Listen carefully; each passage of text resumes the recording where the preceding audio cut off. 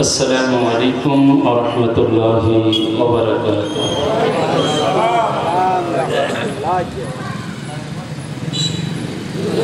نحمده ونستعينه ونستغفره ونعوذ بالله من شرور أنفسنا.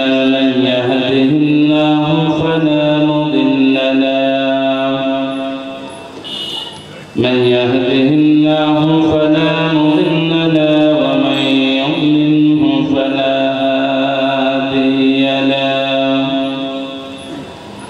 ونشهد أن لا إله إلا الله وحده لا شريك له. ونشهد أن سيدنا وحبيبنا ومولانا محمدا عبده ورسوله الذي أرسله بالحق بشيرا ونذيرا وداعيا إلى الله بإذنه وسراجا منيرا.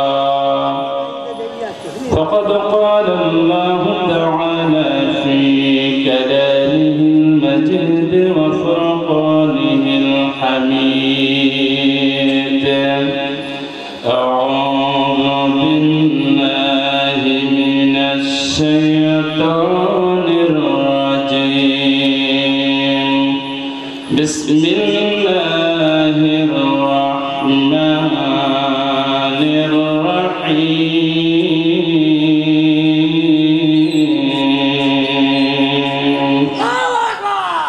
ومن يتولى الله ورسوله والذين آمنوا فإن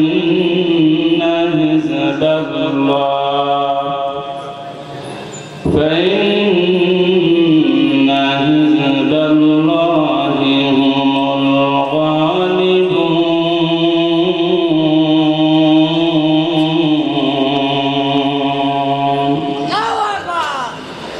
وقال تعالى في شان حبيبه: إن الله وملائكته يصلون على النبي يا أيها الذين آمنوا صلوا عليه وسلموا تسليما. اللهم صل على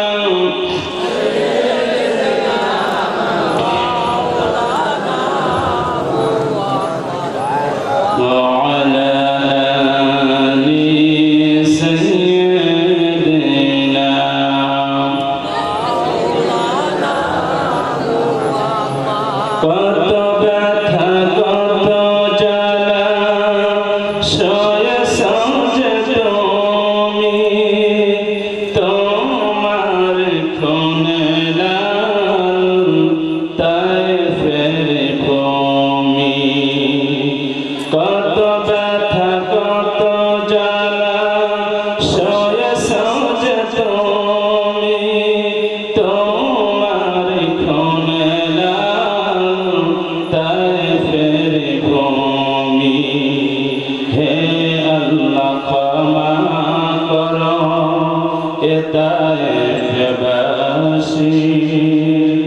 এরা তো বোঝে না আমি মুহাম্মদ হৃদয়ে মুহাম্মদ। আল্লাহুম্মা সাল্লি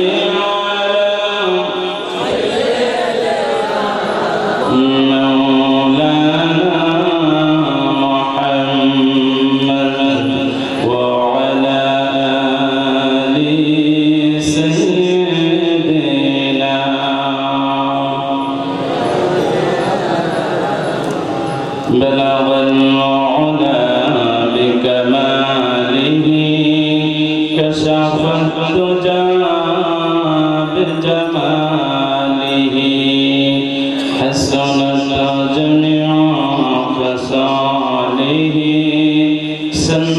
वाली है सूरत यूसुफ बेजारी हक़लत लुक़मान माँ परी क़ुरआन बरी ऐ दिले शादमान मन बलगल उला बिकमालिही कशफ़त दुजा बिजमालिही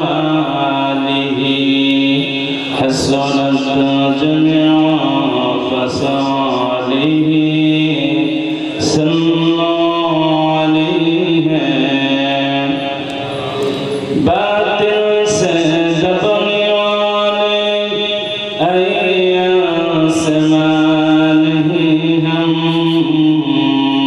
सफ़र कर जगह है तो इम्तिहान हमारा बलगल उला बिकमालिही कशफ़त दुजा बिजमालिही हसनत जमीअ ख़सालिही सल्लल्लाहु अलैहि अल्लाहुम्मा आमीन रब्बना ज़लमना अनफुसना व इन लम तग़फिर लना व तरहमना लनकूनन्ना मिनल ख़ासिरीन रब्बुल आलामीन আমরা কতিপয় গুনাহগার বান্দা গভীর রজনীতে তোমার রহমতের দিকে দুখানি হাত উত্তোলন করেছ মেহেরবানি করে আমাদের দোয়াকে তোমার দরবারে ইলাহিতে কবুল করে নাও রব্বুল আলামিন আজকের এই মাহফিলের আয়োজন যারা করেছেন আর কোরআনের আলোচনা শোনার জন্য যারা এসেছেন কিয়ামতের ময়দানে কঠিন মুসিবতের সময় যেদিন সূর্যের 12টা মুখ উদয় হবে সমস্ত জমিনগুলি যখন তামার ন্যায় হয়ে যাবে গুনাহগারদের মগজগুলো যখন নাক কান বেয়ে পড়তে থাকবে হাসরের ময়দানের কোটি কোটি মানুষ শুধু পানি দাও রে পানি দাও বলে চিৎকার করবে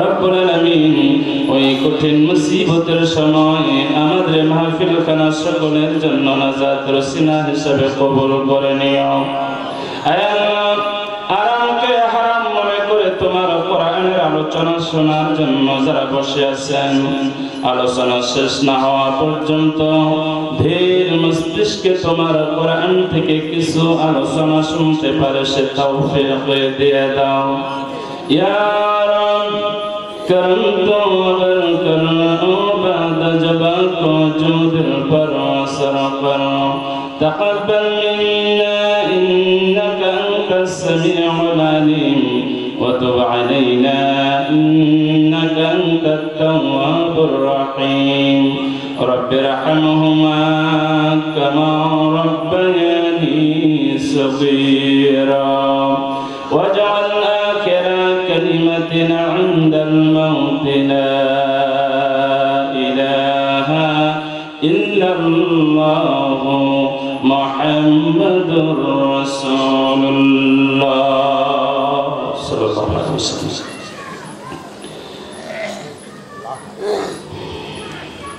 معزز محترم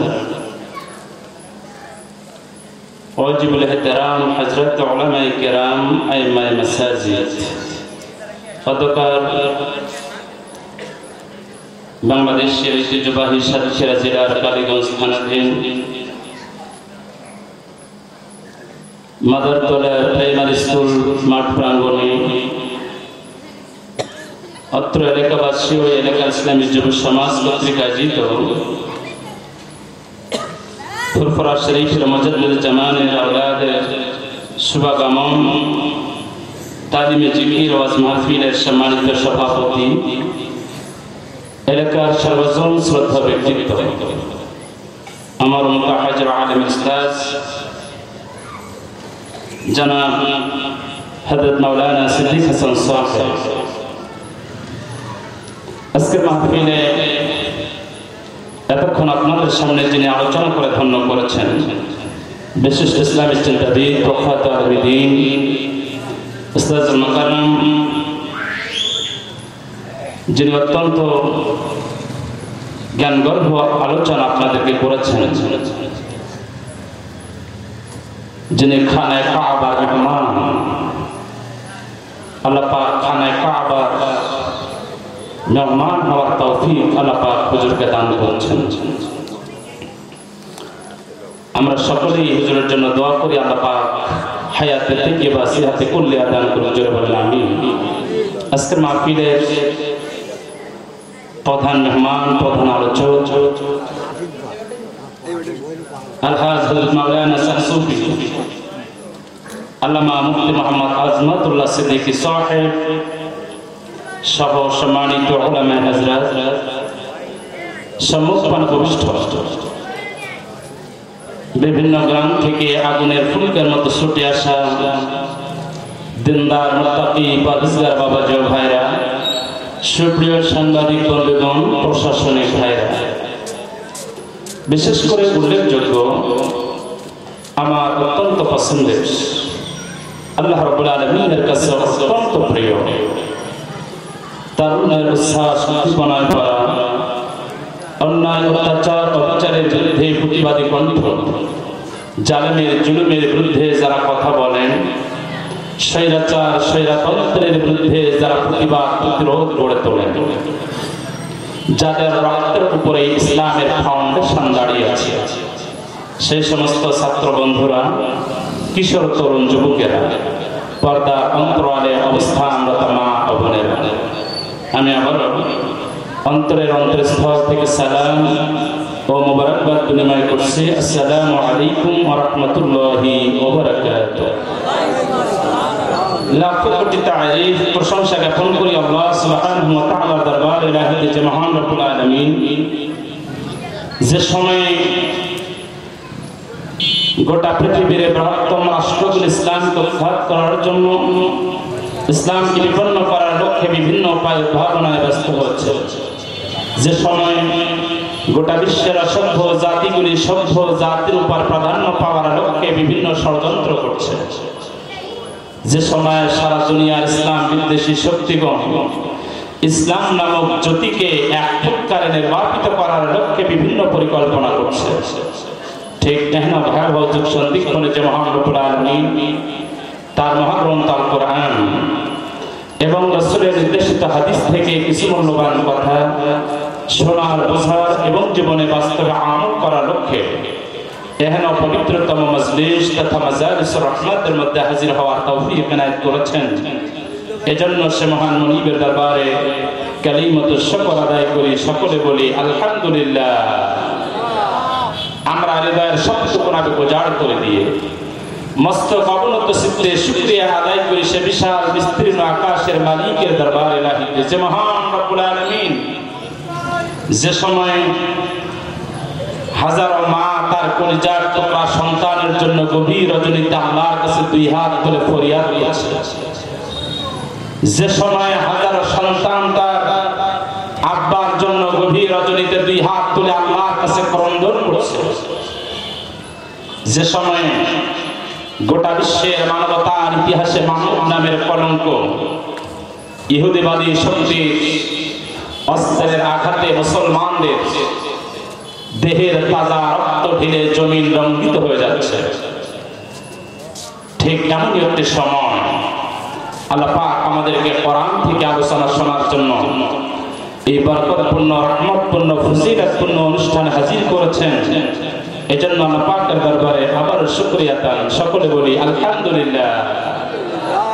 সম্মানিত হাজিরিন, আমরা এমন একটি সময় কোরআন থেকে আলোচনা শুনতে এসেছি যে সময় গোটা বিশ্বের মুসলমানদের প্রাণ কেন্দ্র জেরুজালেমের মসজিদে আকসা রক্ষা করার লক্ষ্যে হাজারো মুসলমান তাদের দেহের তাজা রক্ত ঢেলে দিয়ে শাহাদাতের অমীয় পেয়ালা পান করছে, জোরে বলেন ঠিক না ঠিক? ইহুদিবাদী শক্তির অস্ত্রের আঘাতে হাজারো মা তার কলিজার টুকরা সন্তান হারিয়ে আল্লাহর কাছে দুই হাত তুলে ফরিয়াদ করছে, হাজারো শিশু যখন আল্লাহর কাছে কোরআনে কারীমের ওই আয়াত বলছে ওয়ামা লাকুম লা তুকাতিলুনা ফি সাবিলিল্লাহি ওয়াল মুস্তাদআফিনা মিনার রিজালি ওয়ান নিসাই ওয়াল বিলদান আল্লাযীনা ইয়াকুলুনা রাব্বানা আখরিজনা মিন হাযিহিল ক্বরিয়াতিল যালিমি আহলুহা। আল্লাহর কাছে ফরিয়াদ করে বলছে, আল্লাহ জালেমদের হাত থেকে তুমি আমাদেরকে রক্ষা করো। হাজার সন্তান তার আব্বার জন্য দুই হাত তুলে গভীর রজনীতে আল্লাহর কাছে ফরিয়াদ করেছে। কারণ মা হারিয়েছে তার সন্তান, সন্তান হারিয়েছে তার আব্বা। দুই হাত তুলে ক্রন্দন করছে, কাঁদতেছে। কার দল করে? আরো দুই বলেন, কার দল করে? সংবাদে এসেছে একজন মা তার কলিজার টুকরা সন্তান দুই হাত দিয়ে ধরে সন্তানের মুখের কাছে মুখ লাগায়া কালেমা পড়াচ্ছে। সন্তানকে বলছে, বাবা তুমি পড়ো লা ইলাহা ইল্লাল্লাহু মুহাম্মাদুর। মা যখন কলিজার টুকরা সন্তানকে দুই হাত বাড়ায় রক্ত মাখা শরীর সন্তানের রক্ত ফিনকি দূরে বের হচ্ছে, মা তার কলিজার টুকরা সন্তানকে দুই হাত দিয়ে বুকের সাথে জড়িয়ে ধরে সন্তানের মুখের কাছে মুখ লাগায়া কালেমা পড়ায়। মা যখন সন্তানের মুখের দিকে তাকায়া কালেমা পড়ে, মায়ের চোখ দিয়ে দুই চোখের পানি টপ টপ করে সন্তানের চেহারার উপরে পড়ে। কিন্তু ওই সময় ওই মায়ের মুখে হাসি। জোরে বলেন কি? সাংবাদিকেরা জিজ্ঞাসা করেন, ইহুদিদের অস্ত্রের আঘাতে আপনার সন্তানের শরীর ক্ষত বিক্ষত হয়ে গেছে, রক্তগুলো ফিনকি দিয়ে বের হচ্ছে, আপনি রক্তমাখা সন্তানকে দুই হাত দিয়ে বুকের সাথে জড়িয়ে ধরে সন্তান দুনিয়া থেকে বিদায় হয়ে যাওয়ার পূর্ব মুহূর্তে সন্তানকে কালেমা পড়ান। অথচ আমরা তাকায়া দেখলাম কালেমা যখন পড়াচ্ছেন আপনার দুই চোখের পানি টপ টপ করে আপনার সন্তানের বুকের উপরে পড়তেছে, অথচ আপনার মুখে হাসি, আপনার মুখে কোনো দুঃখের ছাপ নাই। কারণটা কি? সন্তান হারা মা সাংবাদিকের পর্দার ভিতর থেকে সাংবাদিকের দিকে তাকায় বলছেন, ইহুদিদের অস্ত্রের আঘাতে আমি আমার সন্তান হারিয়েছি, আমার সন্তান দুনিয়া থেকে চলে যাচ্ছে। আমি চাই মা হয়ে আমার সন্তানকে জীবনের শেষ বাক্য কালেমা পড়ায়া দুনিয়া থেকে বিদায় করে দিলে। আমি কাঁদতেছি, তার কারণটা হলো আমি মা হয়ে কলিজার টুকরা সন্তান আমার সামনে থেকে দুনিয়া থেকে বিদায় হয়ে যাবে। আমি মা এটা সহ্য করতে পারি না। মনের অজান্তে চোখের পানি সন্তানের বুকের উপরে পড়তেছে। সাংবাদিক বলছে, মাগো সন্তান তোমার চোখের সামনে থেকে দুনিয়া থেকে বিদায় হয়ে যাচ্ছে, তুমি সন্তানের বিরহে সন্তান হারা কষ্টে দুই চোখের পানি ছেড়ে দিয়ে কাঁদতেছো, আমরা বুঝলাম। কিন্তু আমরা তাকায় দেখলাম সন্তান যখন মুখ নাড়ায় কালেমা পড়ে তোমার মুখে আর কান্নার কোনো ছাপ নাই, মুখে হাসি। তার কারণটা কি বুঝি না। মা তখন সাংবাদিকের মুখের দিকে তাকিয়ে বলছে, আমি ওই সময় হাসতেছিলাম, তার কারণটা হলে আমার সন্তান ইহুদিদের অস্ত্রের আঘাতে দুনিয়া থেকে বিদায় হয়ে যাচ্ছে।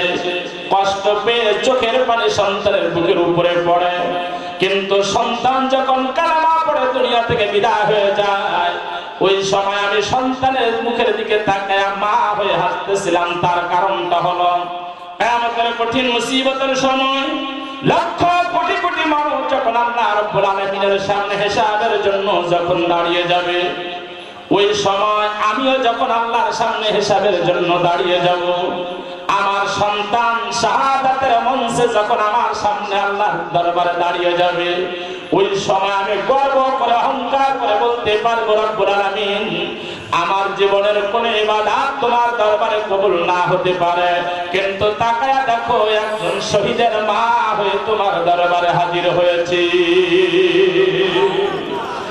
মরতেই হবে যখন শহীদ মরণ দিও আমাকে, মরতেই হবে যখন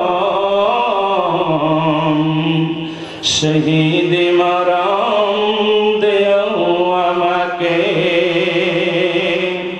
শাহাদাত জানি জীবন আছে মরতেই হবে যখন শহীদ মরণ দেও আমাকে আল্লাহ নসিব করুন জোরে বলেন আমিন। সন্তান মা রক্তমাখা সন্তানকে বুকের সাথে জড়িয়ে ধরে কালেমা পড়ায়, যেরকম কি পড়ায়, চোখ দিয়ে টপ টপ করে পানি সন্তানের বুকের উপরে পড়ে কিন্তু মুখে হাসি, মুখে কি, কারণ মা জানে আমার সন্তান এমনি এমনি ভাবে দুনিয়া থেকে বিদায় হয়ে যাচ্ছে না। আল্লাহর ঘর মসজিদ আকসাকে রক্ষা করার জন্য নিজের দেহের তাজা রক্ত ঢেলে দিয়ে দুনিয়া থেকে বিদায় হয়ে যাচ্ছে। আল্লাহ রাসূল বলেছেন আল্লাহর ঘর মসজিদ আকসা রক্ষা করার জন্য যারা নিজের দেহের তাজা রক্ত ঢেলে দিয়ে দুনিয়া থেকে বিদায় হয়ে যাবে আল্লাহ রাব্বুল আলামিন ওই বান্দাদেরকে শহীদের দরজা আমলনামায় লিখে দিবে। মা হাসতেছে তার কারণ আমি তো কিয়ামতের ময়দানে আল্লাহ দরবারে একজন শহীদের মা হয়ে আল্লাহ দরবারে হাজির হতে পারবো। সুবহানাল্লাহ। ঈমান কতটা শক্ত, ঈমান তাদের কতটা মজবুত। সন্তান মায়ের সামনে থেকে দুনিয়া থেকে বিদায় হয়ে যাচ্ছে, মা সন্তানের ব্যথায় চোখের পানি পড়ে কিন্তু মুখে কি, আর যারা বলেন মুখে কি, মসজিদে আকসা। আহারে যে মসজিদ আল্লাহর নবী সুলাইমান যেরকম কি নাম, আরে যারা বলেন আল্লাহ পাক এই পৃথিবীতে 4 জন ব্যক্তিকে সারা পৃথিবীর বাদশাহী দান করেছে। আরে যারা বলেন 7 জন ব্যক্তিকে আল্লাহ পাক শুধু একটা দেশের না, একটা মহাদেশের না, সারা দুনিয়ার বাদশাহী আল্লাহ দান করেছিলেন। এই 7 জনের ভিতরে 2 জন হলো কাফের আর 2 জন হলো মুসলমান। কাফের 2 জন, একজন হলো ফিরাউন আর একজনের নাম হলো বক্তনসির, যেরকম কি নাম। আর যে 2 জন ব্যক্তিকে আল্লাহ পাক সারা দুনিয়ার বাদশা দান করেছিলেন তার ভিতরে একজন হলো বাদশা জুলকারনাইন আর একজনের নাম হলো বাদশা সুলাইমান, যেরকম কি নাম। হযরতে সুলাইমান আলাইহিস সালাতুস সালামকে আল্লাহ সারা দুনিয়ার বাদশাহী দান করেছিলেন। সুলাইমান আলাইহিস সালাতুস সালাম আল্লাহর এই ঘর মসজিদে আকসা, যারা বলেন কি না বাইতুল মাকদাস, যেটাকে মসজিদ আকসা বলা হয়, যে মসজিদে আপনার আমার নবী মুহাম্মদ রাসূলুল্লাহ সাল্লাল্লাহু আলাইহি ওয়াসাল্লাম লক্ষ লক্ষ নবী রাসূলকে নিয়ে নামাজ আদায় করেছিলেন ইমামতি হয়ে। আর যেরকম সুবহানাল্লাহ। জিবরাইল আলাইহিস সালাতু সালাম নবীজিকে নিয়ে মসজিদ হারাম থেকে, কাবা থেকে মসজিদ আকসা যখন নিয়ে গেলেন, বরাক রাসূল বাঁধলেন এই মসজিদ আকসা, যে মসজিদ নিয়ে যুদ্ধ হচ্ছে, রাসূল বরাক বেঁধে এই মসজিদ আকসার ভিতরে প্রবেশ করলেন। তাকায়া দেখে লক্ষ লক্ষ নবী রাসূল দাঁড়িয়ে আছে, লক্ষ লক্ষ নবী রাসূল দাঁড়িয়ে আছে, লক্ষ লক্ষ আল্লাহর ফেরেশতারা দাঁড়িয়ে আছে। জিবরাইল ডাক দিয়ে বলেন, ইয়া রাসূলুল্লাহ, ইয়া হাবিবাল্লাহ, আযান হয়ে গেছে, 2 রাকাত নামাজ আদায় করতে হবে। জিবরাইল আলাইহিস সালাতু সালাম নবীজিকে নিয়ে ইমামতের কাছে চলে গেলেন। হযরত ইব্রাহিম আলাইহিস সালাম দাঁড়ানো, আদম আলাইহিস সালাতু সালাম দাঁড়ানো, মুসা আলাইহিস সালাতু সালাম, সব নবীরা লক্ষ লক্ষ নবী রাসূল দাঁড়িয়ে আছে। এমন সময় জিবরাইল আলাইহিস সালাতু সালাম আমার নবীর হাতখানা ধরে ইমামতের পোস্টে দাঁড় করিয়ে দিলেন। নবীজি ডাক দিয়ে বলেন, জিবরাইল, আমার আদি পিতা আদম আলাইহিস সালাতু সালাম আমার পিছনে দাঁড়ানো, আমার মুসলিম জাতির পিতা ইব্রাহিম আলাইহিস সালাতু সালাম আমার পিছনে দাঁড়ানো, ও জিবরাইল, মুসা আলাইহিস সালাতু সালাম পিছনে দাঁড়ানো, লক্ষ লক্ষ নবী রাসূল আমার পিছনে দাঁড়ানো, সব নবীদের ওভারটেক করে তুমি আমাকে ইমামতির পোস্টে দাঁড় করিয়ে দিলা। জিবরাইল, এটা কি তোমার ইচ্ছা না এটা আমার আল্লাহর হুকুম? জিবরাইল ডাক দিয়ে বলেন, ইয়া রাসূলুল্লাহ, ইয়া হাবিবাল্লাহ, দুনিয়ায় যত ফেরেশতা আছে আমি জিবরাইল সহ কোন ফেরেশতা নিজের ইচ্ছায় কোনো কাজ করতে পারে না যত সময় হুকুমটা আল্লাহর পক্ষ থেকে না আসে। ইয়া রাসূলুল্লাহ, ইয়া হাবিবাল্লাহ, এই মসজিদে আকসায় লক্ষ লক্ষ নবী রাসূল দাঁড়িয়ে আছে। হুজুর গো, কোন নবীকে ইমামতের পোস্টে দাঁড় করানো হয় নাই, আপনাকে ইমামতির পোস্টে দাঁড় করানো হয়েছে। তার কারণ হলো এটা আমার ইচ্ছা না, এটা আল্লাহ রাব্বুল আলামিনের হুকুম। আল্লাহ রাসূল ডাকতে বলে, জিবরাইল, আমি তাকিয়ে দেখতেছি আমার পিছনে তিনটা কাতার সব নবী রাসূল দাঁড়িয়ে আছে। ও জিবরাইল, তিন কাতারের পরে এতগুলা মানুষ দাঁড়িয়ে আছে, এরা কারা? জিবরাইল কয়, হুজুর, শুধু নবী রাসূল আপনার পিছনে নামাজ পড়ে নাই, আল্লাহ লক্ষ কোটি কোটি রহমতের ফেরেশতা আপনার পিছনে নামাজ আদায় করেছে। নারায়ে তাকবীর, নারায়ে তাকবীর, আল কোরআনের আলো। আমার ভাইরা, এটা হলো সেই মসজিদে আকসা, যে মসজিদে আকসাকে কেন্দ্র করে এখন যুদ্ধ হচ্ছে মুসলমান এবং কাফেরদের ভিতরে। যারা বলেন কাদের ভিতরে? মুসলমান এবং কাফেরদের মধ্যে যুদ্ধ হচ্ছে। আহারে, হাদিস শরীফের মধ্যে এসেছে, সম্মানিত হাজিরিন, আপনারা যেভাবে বসেছেন বাইরে থেকে এখনো অনেক মানুষ আসবে, এখনই তো মাঠ ফুল হয়ে যাচ্ছে, একটু চেপে চেপে আসেন, একটু সামনে চেপে চেপে আসেন। এখন তো কেবল শুরু, মানুষ তো এখন আসতেছে, মানুষ আসতেছে ইনশাআল্লাহ। আমাদের এলাকায় এটাই ফার্স্ট একটা বড় মাহফিল, ফুরফুরা দরবার শরীফের হুজুর এখানে এসেছেন, গুরুত্বপূর্ণ আলোচনা রাখবেন, হাজার হাজার মানুষের সমাগম এখানে হবে। এজন্য সবাই একটু চেপে চেপে বসেন তো, সবাই একটু আসেন আর জিকির করেন, লা ইলাহা ইল্লাল্লাহ। সবাই সামনে আসেন, সামনে আসেন, সামনে এগিয়ে আসেন, যারা পিছনে আছে বসার সুযোগ করে দেন। লা ইলাহা ইল্লাল্লাহ, লা ইলাহা ইল্লাল্লাহ, সবাই সামনে আসেন। লা ইলাহা ইল্লাল্লাহ, লা ইলাহা ইল্লাল্লাহ, লা ইলাহা ইল্লাল্লাহ, লা ইলাহা ইল্লাল্লাহ, মুহাম্মাদুর রাসূলুল্লাহ সাল্লাল্লাহু আলাইহি ওয়াসাল্লাম। সম্মানিত হাজিরিন, এটা হলো সেই মসজিদে আকসা, যে মসজিদে আকসা থেকে আল্লাহ রাসূল আল্লাহ পাকের সাক্ষাতের জন্য ঊর্ধ্বগমনে ভ্রমণ করেছিলেন মেরাজের রজনীতে। যারা বলেন কোন জায়গায়? লক্ষ লক্ষ নবী রাসূলকে পিছনে রেখে রাসূল ইমামতি করেছিলেন যে মসজিদে, সেই মসজিদের নাম হলো মসজিদে আকসা। সুবহানাল্লাহ বলবো না? আজকে হাদিস শরীফের মধ্যে এসেছে, কিয়ামতের আগে ইহুদি খ্রিস্টানদের মুসলমানদের সাথে যুদ্ধ হবে মসজিদে আকসাকে কেন্দ্র করে। যারা বলেন কিসে কেন্দ্র করে? তৃতীয় বিশ্বযুদ্ধ বাড়তে পারে এই মসজিদে আকসাকে কেন্দ্র করে। কারণ মুসলমানদের প্রথম কিবলা এটা। যারা বলেন কি, নামাজ ফরজ হওয়ার পরে আল্লাহ নবী প্রায় 17টা মাস নামাজ আদায় করেছিল মসজিদে আকসার দিকে ফিরে। সুবহানাল্লাহ বলবো না? কয় মাস? আরো জোরে বলেন। আমরা নামাজ পড়ি কোন দিক ফিরে? কাবা ঘরের দিকে ফিরে। কিন্তু আগের নবীরা আল্লাহ রাসূলের উপরে নামাজ ফরজ হওয়ার পরে আল্লাহ রাসূল 17 মাস নামাজ পড়েছে মসজিদে আকসার দিকে ফিরে। তখন কিবলা ছিল কোনটা? যে মসজিদ নিয়ে যুদ্ধ হচ্ছে, যে মসজিদকে কেন্দ্র করে যুদ্ধ হচ্ছে, এটাই হলো মুসলমানদের কিবলা।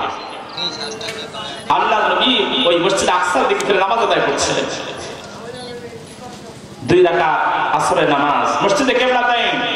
আমরা এবছর হজ করতে যে আমার সাথীরা আমরা দেখেছি একই মসজিদে 2টা কিবলা, মসজিদে কিবলাতাইন। আল্লাহ রাসূল নামাজ আদায় করছে মসজিদে আকসার দিকে ফিরে। এমন সময় আল্লাহ পাক কোরআনের আয়াত নাযিল করলেন, ফাওয়াল্লু ওয়াজহাকা শাতরাল মাসজিদিল হারাম। আল্লাহর নবী মসজিদে আকসার দিকে ফিরে নামাজ আদায় করেন। নবীজি যখন নামাজ আদায় করে আর বারবার করে আকাশের দিকে মুখ ওঠায়, আল্লাহ রাব্বুল আলামিন ডাক দিয়ে বলে, হাবিব তুমি আমার কুদরতি পায়ে সিজদা দাও আর আকাশের দিকে মুখ উত্তোলন করে তাকায়া থাকো। তোমার এই তাকানোর খবর দুনিয়ার কোনো মানুষ না জানলেও আমি রব্বুল আলামিন তোমার অন্তরের খবর রাখি। তুমি মসজিদে আকসার দিকে ফিরে আমার কুদরতি পায়ে সিজদা দাও আর বারবার করে মুখটা আকাশের দিকে কেন উঠাও? তোমার ওঠানোর কারণ দুনিয়ার কোনো মানুষ না জানলেও কে জানে? আল্লাহ পাক বলে, হাবিব আর আকাশের দিকে মুখ ওঠাতে হবে না। তোমার মনটা চাচ্ছে কাবাকে যদি কিবলা করে আল্লাহ পাক দিতেন। ফাওয়াল্লু ওয়াজহাকা শাতরাল মাসজিদিল হারাম। আল্লাহ পাক কোরআনের আয়াত নাযিল করে জানিয়ে দিলেন, হাবিব নামাজের ভিতরে যে অবস্থায় বসে আছো এই অবস্থায় মসজিদে আকসার দিক থেকে মুখ ফেরায়া কাবার দিকে মুখ ফেরায়া দাও। হুকুম কার?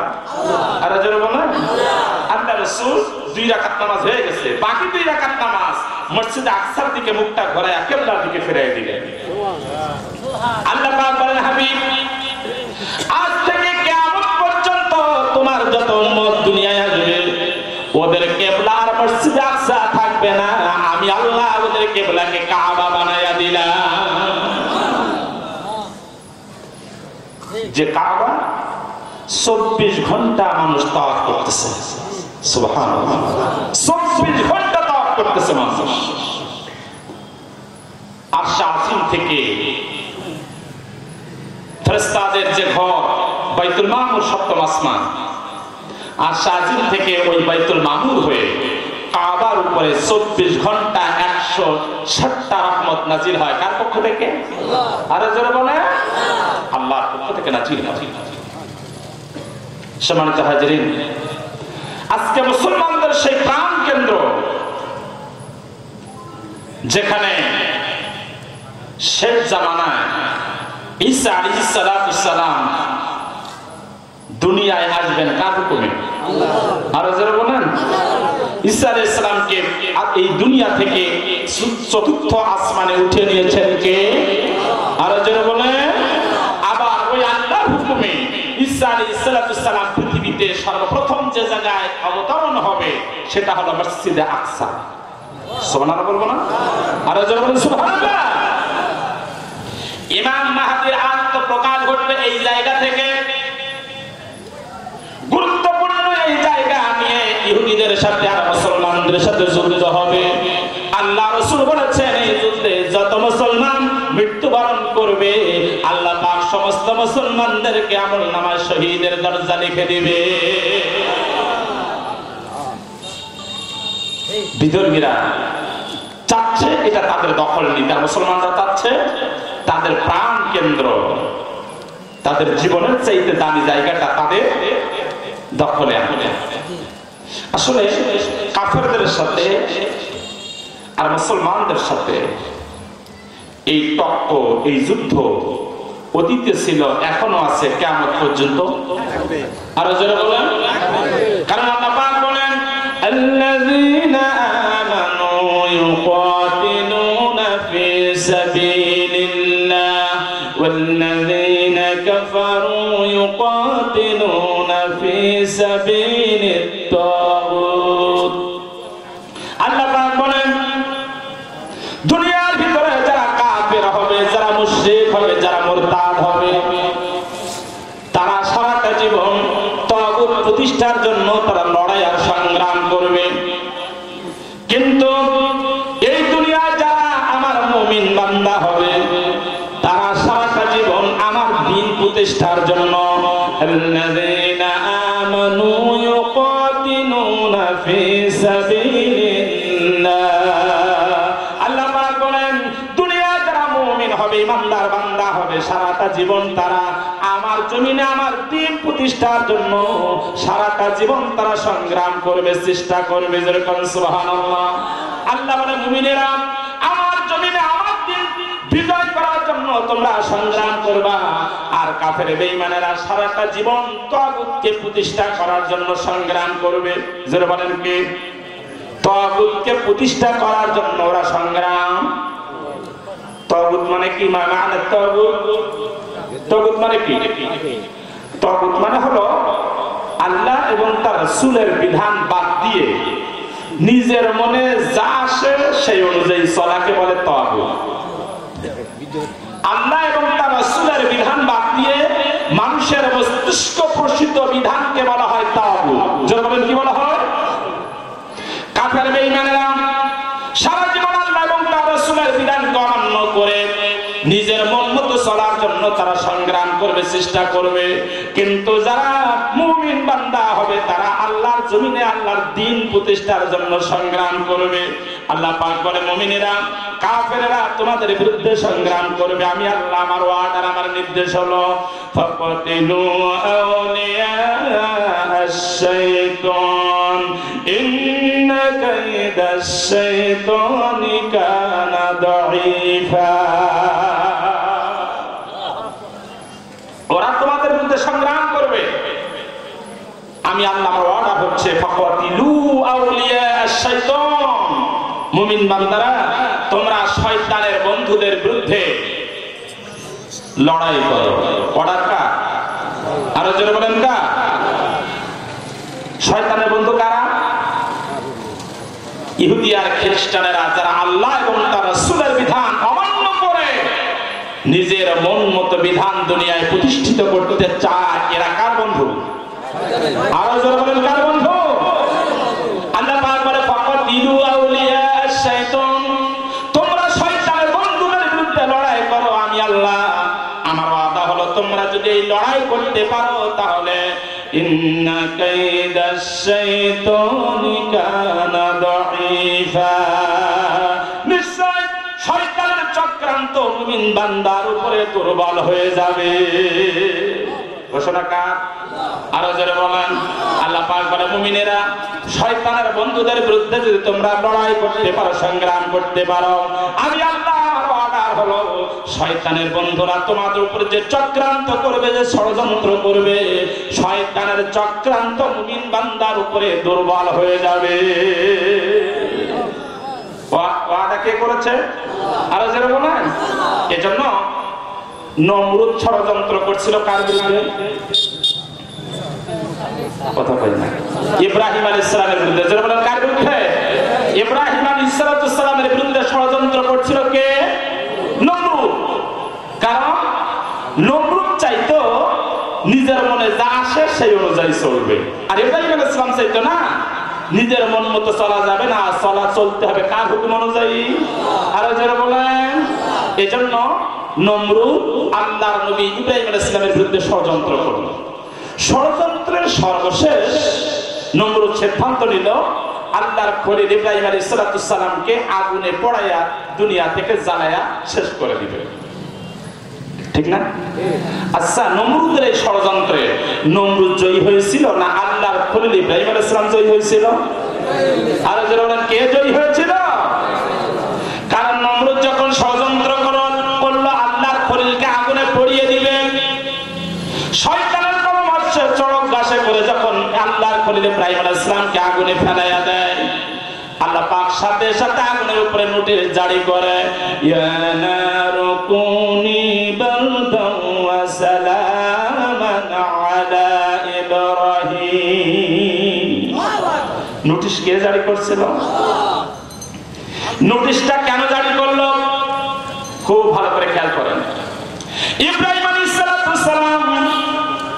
সংগ্রাম করেছিল, লড়াই করেছিল কার দিন প্রতিষ্ঠার জন্য? আর যারা বলেন। আর নমরুদ ষড়যন্ত্র করেছিল, লড়াই করেছিল শয়তানের তাগুতকে প্রতিষ্ঠা করার জন্য। যারা বলেন ঠিক না বেঠিক? আল্লাহ পাক বলছে শয়তানের চক্রান্ত মুমিনের উপরে কি হয়ে যাবে? দুর্বল। যারা বলেন কি হয়ে যাবে? এখন নমরুদ শয়তানের বন্ধু না আল্লাহর বন্ধু? যারা বলেন আল্লাহ বলছে ফাকাতিলু আউলিয়া আশ-শাইতান, শয়তানের বন্ধুদের বিরুদ্ধে লড়াই করো। অর্ডার কার? এখন নমরুদ যেহেতু যেহেতু শয়তানের বন্ধু, এজন্য আল্লাহর খলিল নমরুদের বিরুদ্ধে লড়াই, আল্লাহর খলিল আল্লাহর জমিনে আল্লাহর দ্বীন প্রতিষ্ঠার জন্য চেষ্টা সংগ্রাম করেছিল। যারা বলেন ঠিক কিনা? এই জন্য যখনই চড়ক গাছে বেঁধে ফেললো, জিবরাইল আলাইহিস সালাম আল্লাহর খলিলের কাছে এসে বলছে, ওগো আল্লাহর খলিল, আপনার উপরে নমরুদ যে অত্যাচার করছে, যে নির্যাতন করছে, আপনার এই কষ্ট আকাশের ফেরেশতারা আর দেখতে পারে না, তারা কেঁদে কেঁদে অস্থির হয়ে যাচ্ছে। আল্লাহর খলিল, আমি জিবরাইল অনুরোধ করছি, আপনি আমাকে একবার শুধু নির্দেশ করেন, আমার একটা ডানার আঘাতে এই আগুন দিয়া নমরুদের 14 গোষ্ঠী পর্যন্ত জ্বালিয়ে পড়িয়ে ছাই করে দেই। আল্লাহর খলিল ইব্রাহিম আলাইহিস সালাম জিবরাইলের মুখের দিকে তাকায় বলে, জিবরাইল, আমি আগুনে পড়ি, আমার আল্লাহ কি আমার এই দৃশ্য দেখে না? জিবরাইল আলাইহিস সালাম বলে, আল্লাহ তো অবশ্যই দেখে, আল্লাহ অবশ্যই। ইন্নাল্লাহা সামিউন, যেটা কেউ দেখে না সেটা কে দেখে, যেটা কেউ শোনে না সেটা কে শোনে। জিবরাইল আলাইহিস সালাম কয়, আল্লাহ তো অবশ্যই আপনার অবস্থা দেখে। আল্লাহর খলিল ইব্রাহিম আলাইহিস সালাম বলছে, জিবরাইল, আমার আল্লাহ যদি দেখে আমি আগুনে পড়তে যাচ্ছি, আর আমার আল্লাহ যদি পছন্দ হয় যে আমি আগুনে পড়ি, আমার আল্লাহর খুশি করার জন্য একবার দুবার না 1000 বার আমি ইব্রাহিম আগুনে পড়তে রাজি আছি। জিবরাইল, যেহেতু এটা আল্লাহর হুকুম না, তুমি তোমার মনের অভিভক্ত করছো, মনের ইচ্ছাটা অভিভক্ত করছো, এজন্য আমি তোমার কাছে সাহায্য চাই না, আমি কার অপেক্ষায় আছি? আরো জোরে বলেন। আল্লাহর কাছে খলিলের এই কথাটা এত পছন্দ হলো, আল্লাহর খলিলকে যখন আগুনে ফেলানো হলো, আল্লাহ পাক বলল, আগুন, আমার খলিল দুনিয়ার কোন মানুষের কাছে সাহায্য চাই নাই, এমনকি আমার ফেরেশতার কাছেও সাহায্য চাই নাই, তাকায় আছে কার কাছে? এজন্য আমি রব্বুল আলামিন আমি নোটিশ জারি করে দিলাম, হুকুম জারি করে দিলাম, আমার ইব্রাহিমের প্রতি তুমি এয়ার কন্ডিশনে পরিণত হয়ে যা। এখানে জয়ী কে হয়েছিল? আল্লাহর খলিল ইব্রাহিম আলাইহিস সালাম না নমরুদ? এত জয়ী হয়েছিল, কিতাবের মধ্যে এসেছে ইব্রাহিম আলাইহিস সালামের শেষ বয়সে উনি যখন নাতি পোতাদের সাথে এভাবে এক জায়গায় কথাবার্তা বলতেন, তখন নাতি পোতারা জিজ্ঞাসা করতো, দাদু, আপনার জীবনের সবচেয়ে রিল্যাক্সের সময় কোনটা? মানে সবচেয়ে আরামপ্রিয় সময় কোন সময়? আল্লাহর খলিল ইব্রাহিম আলাইহিস সালাম নাতি পোতাদের কথার জবাবে বলতো, আমার জীবনের সবচেয়ে রিল্যাক্সের সময় হলো ওই সময়টা যে 40 দিন নমরুদ আমাকে আগুনে পড়িয়েছিল। সুবহানাল্লাহ বলবো না? আর যেরকম সুবহানাল্লাহ। এখানে কে জয়ী হয়েছিল? আমার বন্ধুরা, ফিরআউন ষড়যন্ত্র করছিল কার বিরুদ্ধে? মুসা আলাইহিস সালামের বিরুদ্ধে। ষড়যন্ত্রের সর্বশেষ সিদ্ধান্ত নিল, আল্লাহর নবী মুসাকে নদীর পানি খাওয়ায়া দুনিয়া থেকে বিদায় করে দিবে। কিন্তু এই ষড়যন্ত্রে ফিরআউন জয়ী হয়েছিল না মুসা আলাইহিস সালাম জয়ী হয়েছিল? জোরে বলেন। আবু জেহেল ষড়যন্ত্র করছিল কার বিরুদ্ধে? আপনার আমার নবী মুহাম্মদ সাল্লাল্লাহু আলাইহি ওয়াসাল্লামের বিরুদ্ধে। জোরে বলেন ঠিক কিনা? আবু জেহেল ষড়যন্ত্র করলো বদরের প্রান্তরে, লোকজন নিয়ে, অস্ত্র শস্ত্র নিয়ে আমার নবীকে দুনিয়া থেকে একেবারে শেষ করে দেবে। কোন জায়গায়? আহারে বদর, 14 জন সাহাবী শাহাদাত বরণ করে যেখানে ঘুমিয়ে আছে, আমরা হজ করতে যে নিজের চোখে দেখে আসলাম, 14 জন সাহাবীদের লিস্ট সেখানে টাঙানো আছে। যে বদরে সাহাবীদের সম্পর্কে আল্লাহ পাক কোরআনের আয়াত নাযিল করেছে, সুবহানাল্লাহ বলেন। যাদের উপরে সন্তুষ্ট হয়ে আল্লাহ পাক কোরআনের আয়াত, সুবহানাল্লাহ বলেন। আবু জেহেল ষড়যন্ত্র করলো এই বদরের যুদ্ধে আল্লাহ রাসূলকে দুনিয়া থেকে একেবারে শেষ করে দিবে। কিন্তু এই বদরের যুদ্ধে আবু জেহেল জয়ী হয়েছিল না আল্লাহ রাসূল জয়ী হয়েছিল? যারা বলেন কে জয়ী হয়েছিল? আল্লাহ রাব্বুল আলামিন বলেন, হাবিব, আমি শুধু নবী রাসূলদেরকে জয়ী করি না, কিয়ামত পর্যন্ত আমার যে বান্দারা প্রকৃত মুমিন হবে, ওই মুমিন বান্দারা যখন বাতিলের বিরুদ্ধে লড়াই করবে, সংগ্রাম করবে, আমি বান্দাদের ভাবে বিজয়ী করব। ওয়ালা তাহিনু ওয়ালা তাহজানু ওয়া আনতুমুল আ'লাউনা ইন কুনতুম মুমিনিন।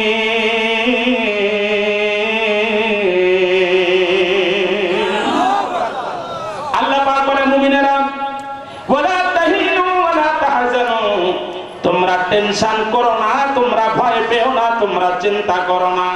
যদি তোমরা মুমিন হতে পারো, আমি আল্লাহ আমার ওয়াদা হলো মুমিনের গলায় আমি আল্লাহ বিজয়ের মালা পরাইয়া দেব। ওয়াদা কে করেছে? আরো জোরে বলেন ওয়াদা কে করেছে? সুতরাং আজকে বিশ্বে মুসলমানদের ভয় পাওয়ার কিছু নাই, মুমিনদেরকে ভয় পাওয়ার কিছু নাই। কারণ মুসলমানদের সাথে মুমিনের সাথে আল্লাহর জমিনে কে আছে? আরো জোরে বলেন কে আছে? ইহুদি খ্রিস্টানেরা যতই ষড়যন্ত্র করুক না কেন, যতই পরিকল্পনা করুক না কেন মুসলমানদেরকে ধ্বংস করে দেওয়ার জন্য, ওরা কোনোদিন ধ্বংস করতে পারবে না। বরং কোরআন এবং সহিহ হাদিস দিয়ে প্রমাণ, ইহুদিরা খ্রিস্টানেরা দুনিয়া থেকে বিদায় হয়ে যাবে। কথা কার? আরো জোরে বলেন। আল্লাহ রাব্বুল আলামিন বলেন ইউরিদুনা লিয়াতফিউ নূরাল্লাহি বিআফওয়াহিহিম ওয়াল্লাহু মুতিম্মু নূরিহি ওয়ালাউ কারিহাল মুশরিকুন।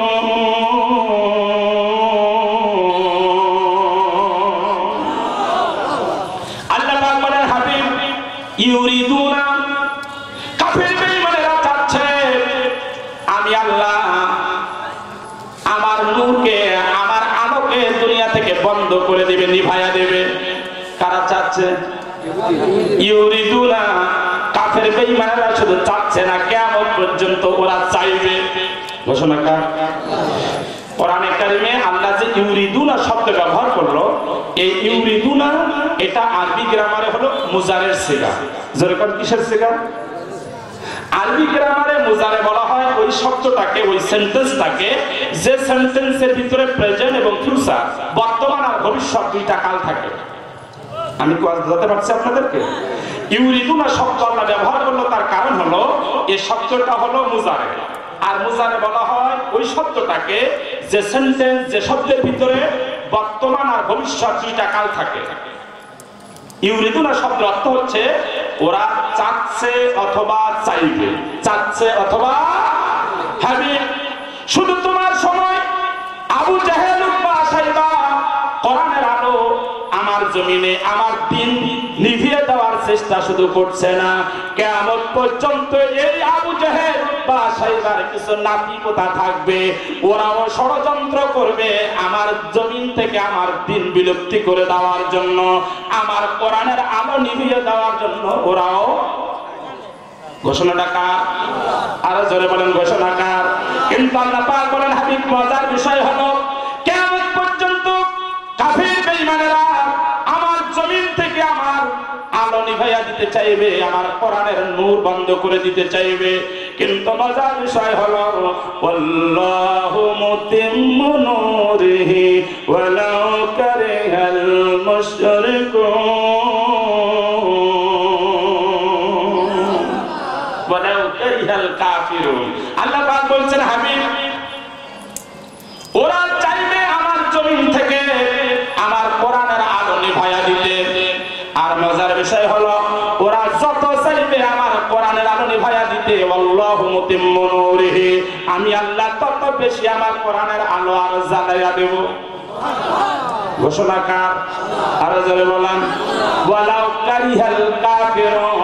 কাফের বেঈমানেরা যদিও অসন্তুষ্ট হয়, যদি ওরা অসন্তুষ্ট হয়, অসন্তোষের দাবানলে ওরা জ্বলতে থাকুক না কেন, আমি আল্লাহ আমার ওয়াদা হলো ওরা যত বেশি আমার কোরআনের আলো নিভাতে চাইবে, আমি আল্লাহ তত বেশি আমার কোরআনের আলো জ্বালাইয়া দেব। ওয়াদা কার? আরো জোরে বলেন ওয়াদা কার?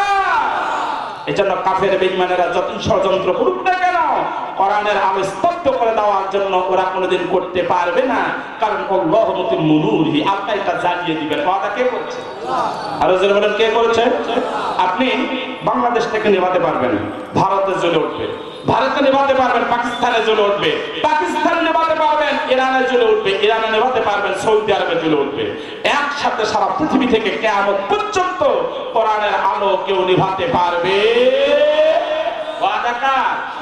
এজন্য আমেরিকার একটা গবেষণা সংস্থা পিউ রিসার্চ সেন্টার তারা একটা তথ্য দিয়েছে যে বর্তমান পৃথিবীতে প্রতিদিন দৈনিক 7,500-এর বেশি অমুসলিম মুসলমান হচ্ছে। ভাই, এটা বাংলাদেশের গবেষণা সংস্থার রিপোর্ট না, এটা আমেরিকার গবেষণা সংস্থা পিউ রিসার্চ সেন্টার তথ্য দিয়েছে। প্রতিদিন সারা বিশ্বে 7,500-এর বেশি অমুসলিম কি হচ্ছে। আমেরিকার এই গবেষণা সংস্থা বলছে 7,500 অমুসলিম প্রতিদিন মুসলমান হচ্ছে। এর মধ্যে 5,000-এর মতো অমুসলিম আমেরিকা এবং রাশিয়াতে মুসলমান হচ্ছে। কোন দেশে? গবেষণা সংস্থাটি বলছে আমেরিকা রাশিয়ায় প্রতিদিন সবচেয়ে বেশি মুসলমান হচ্ছে। তার কারণ হলো এই দুই দেশের যুবকেরা সবচেয়ে বেশি মুসলমানদের কোরআন নিয়ে গবেষণা করছে। আর যত বেশি কোরআন নিয়ে গবেষণা করছে তত বেশি কোরআনের প্রতি আকৃষ্ট হচ্ছে আর মুসলমান হয়ে যাচ্ছে। খেলাকা যারা বলেন খেলাকা, ওরা নিভাতে চাচ্ছে, আল্লাহ বলছে ওরা নিভাতে চাইবে, চাচ্ছে অথবা চাইবে। আর আমি আল্লাহ, ওরা যত নিভাতে চাইবে আমি তত জ্বালায় দেব। আমেরিকার এই গবেষণা সংস্থা পিউ রিসার্চ সেন্টার বলছে এই গতি যদি অব্যাহত থাকে, এই ধারা যদি অব্যাহত থাকে, তাহলে 2050 সালের ভিতরে সারা বিশ্বের ভিতরে খ্রিস্টানদের টপকায়া মুসলমানের সংখ্যা দ্বিগুণ হয়ে যাবে।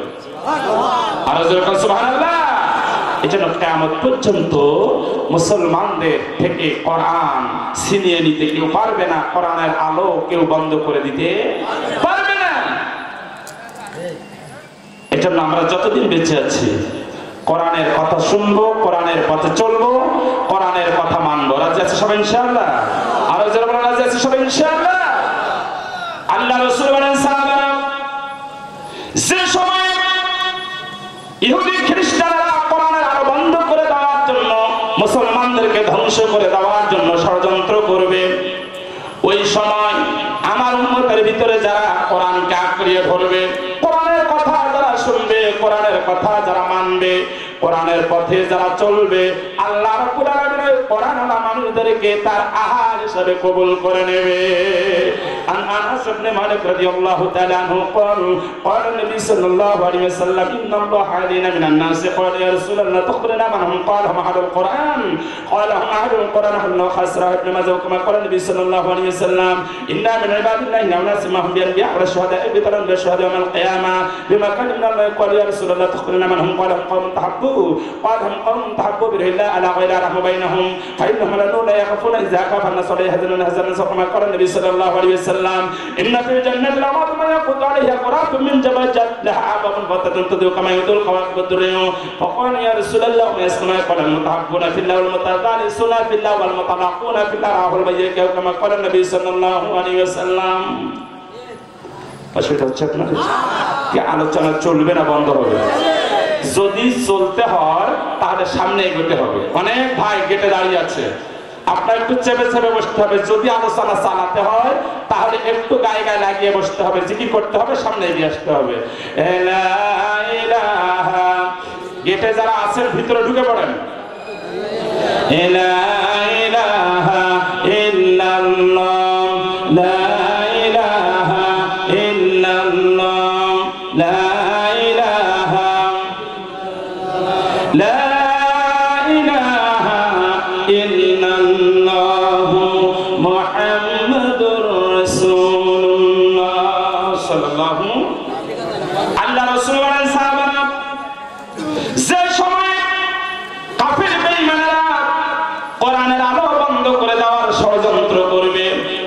মুসলমানদেরকে দুনিয়া থেকে ধ্বংস করার পরিকল্পনা করবে, ওই সময় আমার উম্মতের ভিতরে যারা কোরআনের পথে চলবে, কোরআনের কথা মানবে, কোরআনের কথাগুলো বলবে, আল্লাহ রাব্বুল আলামিন ওই কোরআনওয়ালা মানুষদেরকে তার আহাল হিসাবে কবুল করে নেবে। আর যারা বলেন সুবহানাল্লাহ, আর যারা বলেন ইন্নাল্লাহা আহলিনা মিনান নাস। আল্লাহ রাসূল বলেন সাহাবারা, আল্লাহ পাক দুনিয়ার কিছু মানুষকে তার কিছু বান্দাকে তার আহার হিসাবে কবুল করে নেয়। সাহাবায়ে কেরাম বলেন ইয়া রাসূলুল্লাহ ইয়া হাবিবাল্লাহ, ক্বালু ইয়া রাসূলুল্লাহ তুখবিরনা মানহুম। ও আল্লাহর নবী, আল্লাহ পাক কোন বান্দাদেরকে তার আহার হিসাবে কবুল করে নেবে মেহেরবানি করে আপনি আমাদেরকে বলেন। সুবহানাল্লাহ। কারা? জোরে বলেন। আমি হজে যাওয়ার পরে মিনায় 3 দিন থাকতে হয়। কয় দিন? 3 দিন। আমার এখানে আমার হাজি ভাইরা অনেক আছে, আরাফাতি ভাইরা এখানে অনেক আছে। তো মিনায় 3 দিনে আলোচনা, মানে আমার ওয়াজ করার সুযোগ হয়েছিল। আরাফাতে তাবুর ভিতরে আলোচনা, মিনায় 3 দিন থাকতে হয়, 3 দিনই ওয়াজ।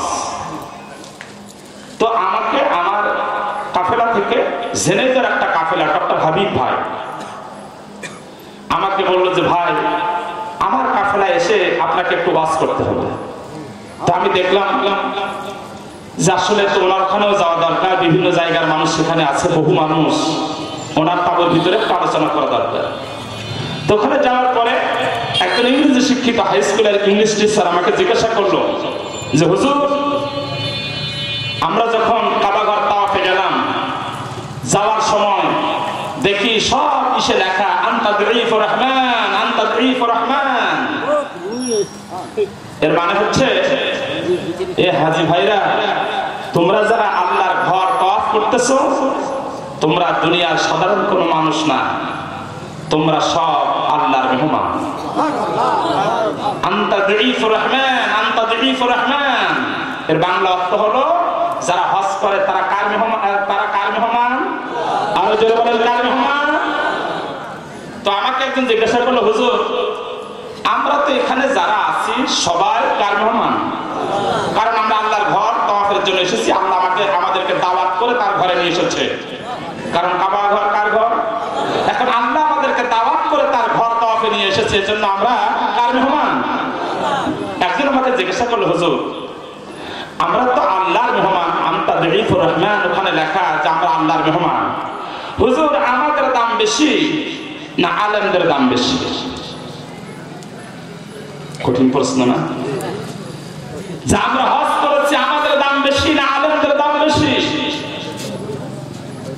আমি রাসূলের হাদিসটার সাথে সাথে বললাম, আপনারা যারা হজ করেছেন আপনারা দুনিয়ার মানুষের মেহমান না, আপনারা কার মেহমান? কিন্তু দুনিয়ার যে হক্কানি আলেমেরা আল্লাহর কথাগুলো বলে, বাতিলের সামনে মাথা নিচু না করে মাথা উঁচু করে যখন কোরআনের হক কথা বলে, আল্লাহ রাসূল বলেছেন ওরা দুনিয়ার কোন মানুষের আহাল না, ওরা আল্লাহর আহাল। যেরকম কার আহাল? এখন মেহমানের দাম বেশি না আহালের দাম বেশি? মেহমানের দাম বেশি না আহালের দাম বেশি? আপনার বাড়ি কুটুম আসলো, ওই কুটুমের দাম বেশি না আপনার ছেলে মেয়ের দাম বেশি? আল্লাহ রাসূল বলেন ইন্নাল্লাহা আহলিনা মিনান নাস, সহিহ হাদিস। ও সাহাবারা, আল্লাহ রাব্বুল আলামিন দুনিয়ার কিছু বান্দাকে তার আহাল হিসাবে কবুল করে নেয়। সাহাবায়ে কেরাম বলেন হুজুর, আল্লাহ কোন বান্দাকে তার আহাল হিসাবে কবুল করে নেয়? আল্লাহ রাসূল বলেন ক্বালাহু আহলুল কুরআন আহলুল্লাহ, যারা দুনিয়ার বুকে কোরআনের আহাল, তার মানে কোরআনের পথে যারা চলে, কোরআনের কথা যারা বলে, কোরআনের কথা যারা মানে, আল্লাহ রাব্বুল আলামিন এই কোরআনওয়ালা মানুষদেরকে তার আহাল হিসাবে কবুল করে নেয়। কার আহাল?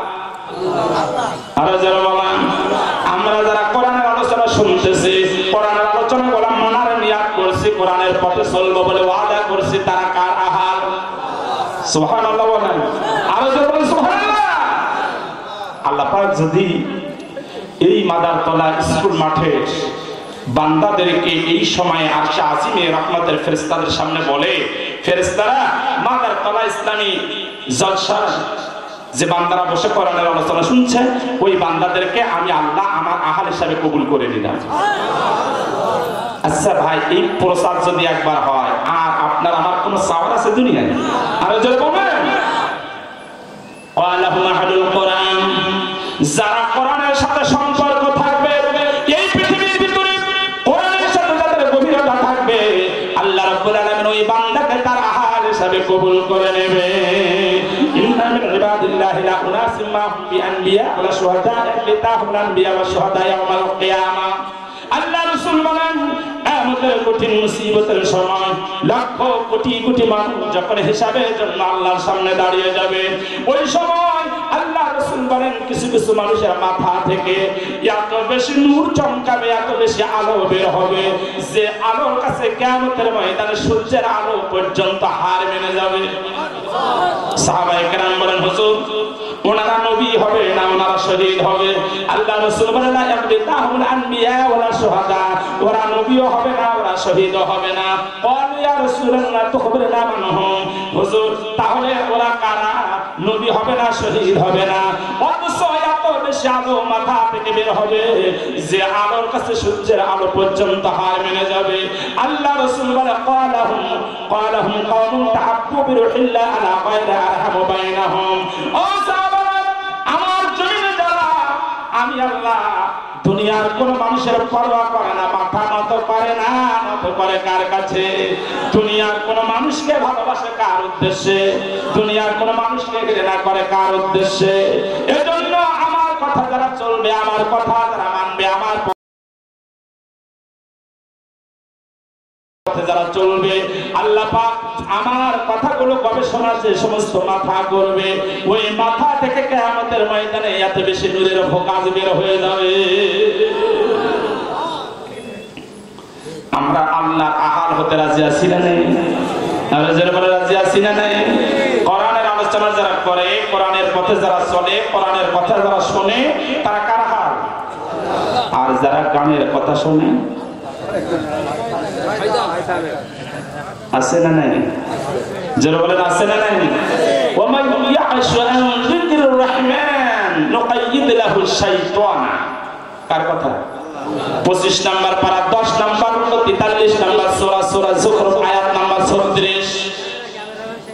আল্লাহ পাক বলেন, আমার ওই একই বান্দার ভিতরে কিছু মানুষ আমার আহাল হবে, আর কিছু মানুষ শয়তানের আহাল হবে, শয়তানের বন্ধু হবে। শয়তানের বন্ধু হবে ওই সমস্ত বান্দারা ওয়া মাইয়াশু আন যিকরির রহমান, যারা রহমানের জিকির বাদ দিয়া গান বাদ্য বাজনা পছন্দ করবে, অন্য সভ্য জাতির আদর্শ যারা মেনে নেবে, আল্লাহ পাক বলেন নুকাইয়িদ লাহু শাইতানা ফাহুয়া লাহু কারিনুন, তারা শয়তানের নিকটবর্তী হয়ে যায়, শয়তান তাদের কাছে এসে যায়, শয়তান তাদের বন্ধু হয়ে যায়। এরকম মানুষ আছে না? পৃথিবীতে একটা হলো হিজবুল্লাহ, আরেকটা হলো হিজবুশ শয়তান। একদল মানুষ হলো আল্লাহর দল, আর একদল মানুষ হলো কার দল? যারা বলেন কার দল? যারা কোরআনের কথা বলে, কোরআনের পথে চলে, কোরআনের কথা মানে, তারা কার দল? আর যারা কোরআনের কথা বাদ দিয়ে নিজের ইচ্ছা মতো চলে, নিজের মন মস্তিষ্ক প্রসূত বিধান অনুযায়ী চলার চেষ্টা করে, তারা কার দল? আমরা কার দলের মানুষ হতে চাই? আল্লাহ পাক বলেন, ওয়া মান ইয়াতাওয়াল্লাল্লাহু ওয়া রাসূলুহু ওয়াল্লাযীনা আমানু ফা ইন্না হিজবাল্লাহ। সুবহানাল্লাহ। যারা পৃথিবীতে আল্লাহকে বন্ধু বানাবে, রাসূলকে বন্ধু বানাবে, ওয়াল্লাযীনা আমানু আর মুমিন বান্দাদের বন্ধু বানাবে, কার বন্ধু বানাবে? এই যে বলেন কার বন্ধু বানাবে? ওয়া মা ইয়াতাওয়াল্লাহু ওয়া রাসূলুহু ওয়াল্লাযীনা আমানু, যারা আল্লাহকে, রাসূলকে আর মুমিন বান্দাদেরকে বন্ধু বানাবে, ফা ইন্না হিজবাল্লাহ, আল্লাহ পাক বলেন নিশ্চয় ওরা আমি আল্লাহ আমার দলের মানুষ। কথা আমার না, আল্লাহ যারা বলেন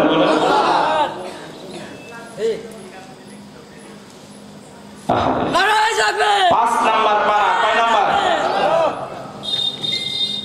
সূরা মায়েদা 56 নম্বর আয়াতটা খোলেন। আপনি যদি আল্লাহ এবং তার রাসূল এবং মুমিন বান্দাকে বন্ধুরূপে গ্রহণ করতে পারেন, আল্লাহ পাক বলে ফা ইন্না হিজবাল্লাহ, নিশ্চয় ওরা আমি আল্লাহ আমার দলের মানুষ।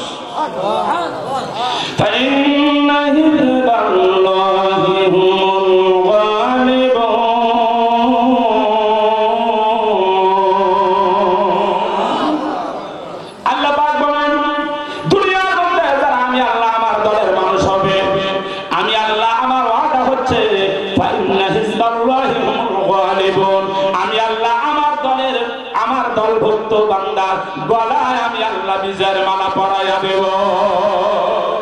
ওয়াদা কে করেছে? আরো জোরে বলেন, কে করেছে?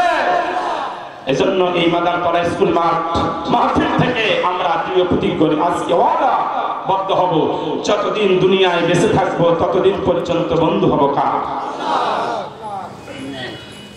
আল্লাহর বন্ধু হতে হলে কি করতে হবে আপনাকে? এত সময় আলোচনা আপনাদের বোঝাতে পেরেছি? বোঝাতে যদি না পারি এটা আমার ব্যর্থতা, আর যদি বুঝে থাকেন এটা আমার সফলতা। আল্লাহর দলের মানুষ কেমনি এমনি হবে নাকি? আল্লাহর কাম করবেন না, আল্লাহর কাজ করবেন না, আল্লাহর বিধান মানবেন না, রাসূলের মত পথ অনুযায়ী আপনি চলবেন না, আর আপনি আল্লাহর দলের মানুষ হয়ে গেলেন। কোরআনের পথে আপনাকে চলতে হবে, কোরআনের কথা আপনাকে মানতে হবে। এই যে কোরআনের মাহফিলের আয়োজন করেছে যুবকেরা, এটাও আল্লাহর দলভুক্ত মানুষের কাজ, ধরে বলেন ঠিক না বেঠিক? কিন্তু এই যুবকেরা যদি কোরআনের মাহফিল না দিয়া গানের অনুষ্ঠানের আয়োজন করে, নায়িকাদের নৃত্য ড্যান্স যদি আয়োজন করতো, কার দলের মানুষ হতো? এই জন্য যুবকদেরকে বেশি বেশি কোরআনের দিকে আকৃষ্ট করার জন্য এ ধরনের অনুষ্ঠান করার প্রয়োজন আছে না নেই? আমাদের দেশে অনেক মানুষ বলে এইগুলো করে কাম কি, এইগুলো করে লাভ কি, মাহফিল টাফিল দিয়ে লাভ কি, এরকম বলেন অনেক মানুষ। ভাই খবরদার, আপনি মাহফিল দিতে পারছেন না সেটা আপনার বিষয়, কিন্তু কেউ দিচ্ছে, আপনি যদি তার বিরোধিতা করেন গুনাহগার হতে হবে, ঠিক না ঠিক? যুবক যারা যদি গানের আয়োজন করতো, ডান্সের আয়োজন করতো, তাহলে এখন তো মাহফিল দিতে গেলে অনেক জায়গায় পারমিশনের দরকার হয়, গান দিতে গেলে। ওরা যে এত পরিশ্রম করে, এত কষ্ট করে কোরআনের মাহফিলের আয়োজন করেছে আপনাদেরকে কোরআনের কিছু কথা শোনানোর জন্য। ফুরফুরা হুজুর এসেছে আমাদের মাঝে দিকনির্দেশনমূলক কিছু কথা বলবে, তাদেরকে উদ্বুদ্ধ করার প্রয়োজন আমাদের আছে না নেই? আরো যেমন আছে না নেই? একজন মানুষ যদি এই মাহফিল থেকে হেদায়েত প্রাপ্ত হয়, একটা কথা যদি আমল করে, আমল করার কারণে যে সব তার আমলনামায় হবে, এই মাহফিল আঞ্জাম দিতে যে অর্থ দিয়ে, শ্রম দিয়ে, মেধা দিয়ে যারা সহযোগিতা করেছে, প্রত্যেকটা মানুষের আমলনামায় সমপরিমাণ সওয়াব লিখে দিবেন কে? এজন্য আমরা শয়তানের দলভুক্ত হব না। কার দলভুক্ত হব? সম্মানিত হাজিরের সময় এসেছে সামনে আল্লাহর দলভুক্ত হওয়ার জন্য। কারণ ইহুদি খ্রিস্টানেরা যেভাবে চক্রান্ত করছে, যেভাবে ষড়যন্ত্র করছে মুসলমানদেরকে ধ্বংস করে দেওয়ার জন্য। আহারে, মসজিদে আকসাকে কেন্দ্র করে যে ঘটনা ঘটতেছে, এটা যদি চলতেই থাকে বিশ্বযুদ্ধ বেঁধে দেওয়ার সম্ভাবনা হতে পারে সামনে। রাসূল করিম সাল্লাল্লাহু আলাইহি ওয়াসাল্লাম বলেছেন, ইহুদিদের সাথে মুসলমানদের শেষ জামানায় এত ভয়াবহ যুদ্ধ হবে যে যুদ্ধে অধিকাংশ মুসলমান শহীদ হয়ে যাবে, অধিকাংশ মুসলমান মারা যাবে, আর যারা মারা যাবে তাদের আমলনামায় শহীদের দরজা লিখে দিবেন কে? আল্লাহ। ওই যুদ্ধে মনে হবে যেন ইহুদিরা জয়ী হয়ে যাচ্ছে আর মুসলমানরা হেরে যাচ্ছে। আল্লাহ রাসূল বলছে, আল্লাহ রাসূল হাদিস, রাসূল বলছে ওই সময় আমার উম্মতের ভিতরে কিছু উম্মত থাকবে যারা মুসলমানদের রক্ত যখন বন্যার মতো বের হবে, ওই সময় মুসলমানদের রক্তের উপরে হামাগুড়ি দিয়ে ইহুদিদের সামনে তারা দাঁড়িয়ে যাবে আমার ঘর হেফাজতের জন্য, আল্লাহর ঘর হেফাজতের জন্য। ওদের সংখ্যা হবে কম, কিন্তু আল্লাহ রাব্বুল আলামিন ওই কম সংখ্যক মুসলমানদের হাতে বিজয় দান করবেন। আর যারা সুবহানাল্লাহ। সম্মানিত হাজরিন, ওই একটা সময় যদি আমাদের সামনে আসে, আমার মন তো বলতে চাই মরতে তো একদিন হবে, কি এজন্য বলেন ঠিক কি না? এখানে যারা আছেন সকলে মরতে হবে না? তুমি কি ভেবেছো বন্ধু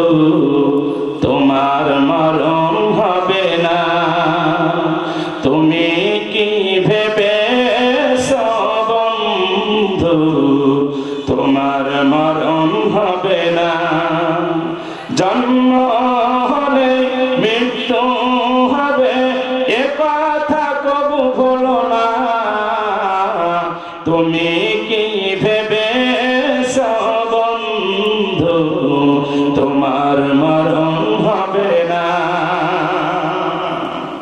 আমাদের সবাইকে মরতে হবে, কিন্তু এই মৃত্যুটা যদি শহীদের মৃত্যু হয়, কাফেরদের সাথে ইহুদিদের সাথে মুসলমানদের যখন যুদ্ধ তুমুল আকারে শুরু হয়ে যাবে, মুসলিম রাষ্ট্রপ্রধানগুলো ওই সময় যদি জিহাদের ডাক দেয়, ওই জিহাদে অংশগ্রহণ করতে পারলে মনে করতে হবে শহীদের দরজা আমলনামায় কে লিখে দিবে।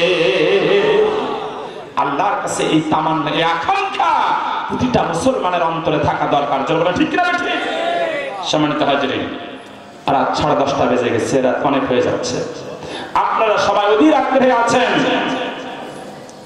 ফুরফুরা হুজুর এসেছেন, দিক নির্দেশনামূলক কিছু কথা বলবে, কখন তিনি আসবে এরকম একটা আগ্রহ সবার ভিতরে আছে না নাই? উনি তৈরি হচ্ছে, আসতেছে, তত সময় কথা চলবে না বন্ধ হবে? চলার পক্ষে কে কে আছেন হাত উঁচু করে দেখান। নারে তাকবীর, নারে তাকবীর। আলহামদুলিল্লাহ, আলহামদুলিল্লাহ। আমার বন্ধুদের জন্য আমি দীর্ঘ সময় যে আলোচনায় আপনাদের যে টপিক, যে বিষয়টা আমি বোঝাতে চাচ্ছি সেটা হলো এই, যেহেতু দুনিয়া থেকে সবাইকে মারা যাওয়া লাগবে, কবরে সবাইকেই যাওয়া লাগবে। কবরে যাওয়ার আগে যেন আল্লাহ পাক আমাদেরকে আল্লাহ দলের বান্দা হিসাবে কবুল করে নিয়ে আমাদের মরণ দেয়, যেরকম আমি। এজন্য আল্লাহ দলভুক্ত হওয়ার জন্য কোরআনের পথে আমাদের থাকতে হবে, কোরআনের কথাগুলো আমাদের মানতে হবে, কোরআনের কথাগুলো আমাদের শুনতে হবে। জোরে বলেন ঠিক কিনা? কোরআনের পথে যদি আপনি থাকেন, কোরআনের কথাগুলো যদি মানেন, আল্লাহ পাক বলে ইন্নাল্লাহা আলিনা ক্বালাহুম আহলুল কোরআন আহলুল্লাহ। কোরআনের পথে যারা চলবে, কোরআনের পথে যারা বলবে, আল্লাহ পাক ওই কোরআনওয়ালা মানুষদেরকে তার আহার আর বন্ধু হিসাবে কবুল করে নেবে। এজন্য এই কোরআনের মাহফিলের আঞ্জাম দেওয়ার জন্য যুবকেরা স্টেজে আসার আগে আমাকে অনুরোধ করেছিল, হুজুর এই বড় মাহফিলের আঞ্জাম দিতে যে বিদেশি মেহমান হুজুররা এসেছে, অনেক খরচ আমাদের এই মাহফিলে, যদি আপনি শেষ পর্যায়ে একটু কালেকশন কিছু টাকা করে দিতেন অনেক উপকার হয়ে যেত। এজন্য স্বল্প সময় আমি চাইবো ভাই 1 লাখ, 2 লাখ, 50,000, 10,000 টাকা না, যে যা পারেন কোরআনের এই মাহফিলে যুবকদের উদ্বুদ্ধ করার জন্য, আল্লাহর আহাল হওয়ার জন্য কে কে আছেন, 100 টাকা, 200 টাকা, 500 টাকা দেওয়ার মতো দ্রুত দিতে হবে। এই ভিতরে চলে যাও। মা বোনদেরকে দৃষ্টি আকর্ষণ করছে, মা বোনেরা আপনারা যারা এসেছেন, মহিলাদের দিয়ে অন্তত ছোট্ট বাচ্চাদের দিয়ে 10, 20, 50, 100, 200, 500 যে যা পারেন আপনারা দ্রুত কালেকশনটা দেন, আল্লাহ কবুল করেন। আমাদের মালিক মিয়া 100 টাকা কোরআনের মাহফিলে দিয়েছে, যেরকম আমিন, নারে তাকবীর। আল্লাহ কবুল করে নাও। আল্লাহর একজন বাবা এখানে আসতো, এই ভিতরে দাও, মানুষ বললে তো পরিবেশ নষ্ট হবে। আল্লাহ তোমার আর একজন বান্দা, আল্লাহ তার ভাইয়ের জানাজা পড়েছে, একজন 100, আরেকজন 100, আরেকজন 50, আল্লাহ আনসারে 100 টাকা দান করেছে। আল্লাহ খানায় কাবার মেহমান হওয়ার জন্য নিয়াত করেছে, আল্লাহ তুমি কবুল করে নাও। আল্লাহ আর একজন 50, আর একজন 200 টাকা ধরে বলেন মারহাবা, নারে তাকবীর। ভাই উঠার দরকার নেই, আপনার জায়গায় বসেন।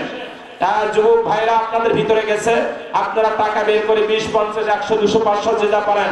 মা বোনেরা আপনারাও 20, 50, 100, 200, 500 যে যা পারেন কোরআনের মাহফিলে দান করেন আর জিকির করেন, লা ইলাহা ইল্লাল্লাহ, লা ইলাহা ইল্লাল্লাহ,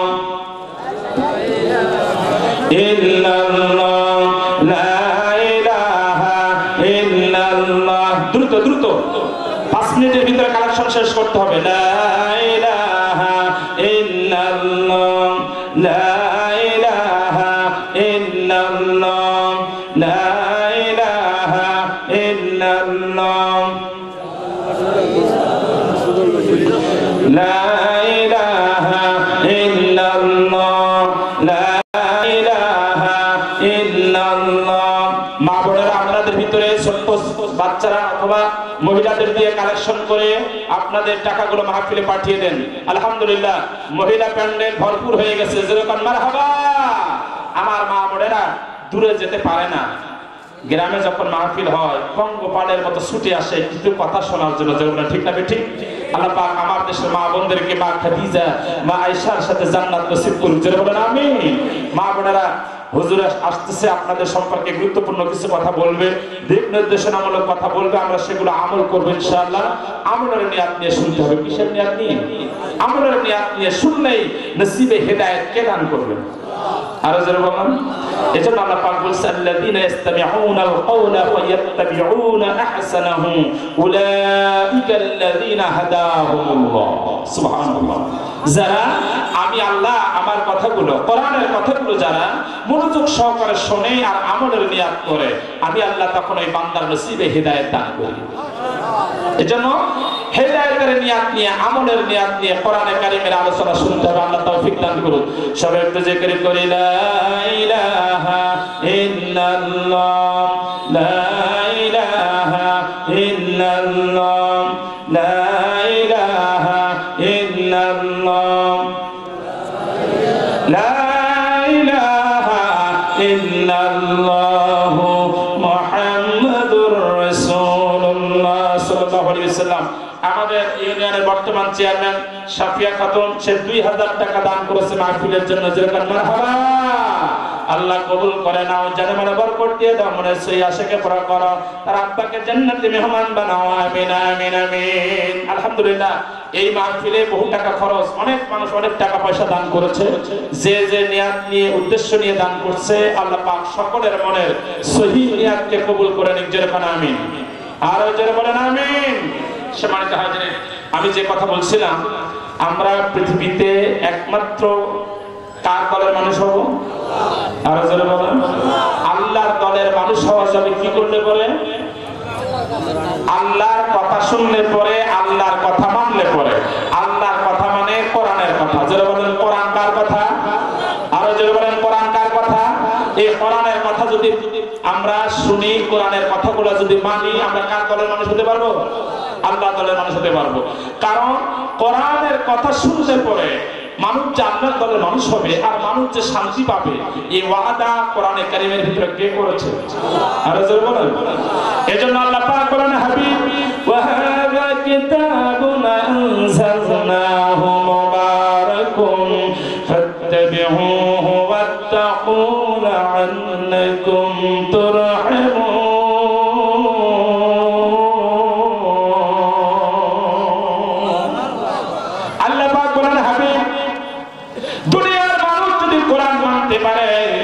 কোরআন মানতে হবে, তার কারণ হলো আল্লাহ পাক বলেন ওয়া হাযা কিতাবুন আনজালনাহু মুবারাকুন। আমি আল্লাহ কোরআনকে দুনিয়ার সাধারণ কিতাব হিসেবে নাযিল করি নাই, বরকতপূর্ণ মুবারকপূর্ণ কিতাব হিসেবে আমি আল্লাহ কোরআন নাযিল করেছি। সুবহানাল্লাহ। আল্লাহ পাক পৃথিবীতে একটা কিতাবের ক্ষেত্রে মুবারক শব্দ, বরকত শব্দ ব্যবহার করেছে, আর একটা ঘরের ক্ষেত্রে আল্লাহ পাক মুবারক শব্দ ব্যবহার করেছে। সুবহানাল্লাহ বলবো না? যে ঘরের ক্ষেত্রে আল্লাহ পাক বরকতময় ঘর, যে ঘরটাকে বলেছে, সেই ঘরটার নাম হলো কাবা শরীফ। সেই ঘরটার নাম কি? আর যারা বলেন ইন্না আউওয়ালা বাইতিন উদিয়া লিন-নাস লিল্লাযী বিমাক্কাতা মুবারাকা। সুবহানাল্লাহ। আমরা হজ করতে যে কাবার তাওয়াফ করব, তো কাবার তাওয়াফ করতে হয় মাকাম ইব্রাহিম, আর ওই যে কাবার দরজা, ওখান থেকে বিসমিল্লাহ আল্লাহু আকবার বলে হাত উঁচু করে কাবার তাওয়াফ শুরু করতে হয়। তো তাওয়াফ যখন শুরু করলাম, সর্বপ্রথম ওই যে কাবা ঘরের কালো কাপড়, যে গ্লাভ যেটাকে বলা হয় কাবা ঘরের গ্লাভ, ওখানে সোনা দিয়ে আর রূপা দিয়ে কোরআনে কারীমের অনেক আয়াত লেখা। আমি একজন শায়েখকে জিজ্ঞাসা করলাম, শায়েখ এই সমস্ত কাবা ঘরটা যে কাপড় দিয়ে ঢাকা, কালো কাপড়, এতে কতটা সোনা আর কতটা রূপা? তো শায়েখ আমাকে বললেন যে এই বছর যে কাপড়টা এখানে লাগানো আছে, এই কাপড়ে 120 কেজি সোনা আর 80 কেজির মতো রৌপ্য রয়েছে। কত? 120 কেজি সোনা আর 80 কেজি রৌপ্য, সোনা দিয়ে লেখা, কোরআনে কারীমের অনেক আয়াত লেখা। কাবা ঘর যখন তাওয়াফ করতেছি, শুরুতে আমি ওই আয়াতগুলো পড়তাম, চেষ্টা করতাম। আসলে ভালো আরবি না জানলে হুজুরটা জোড়ানো একবার পড়া খুব মুশকিল।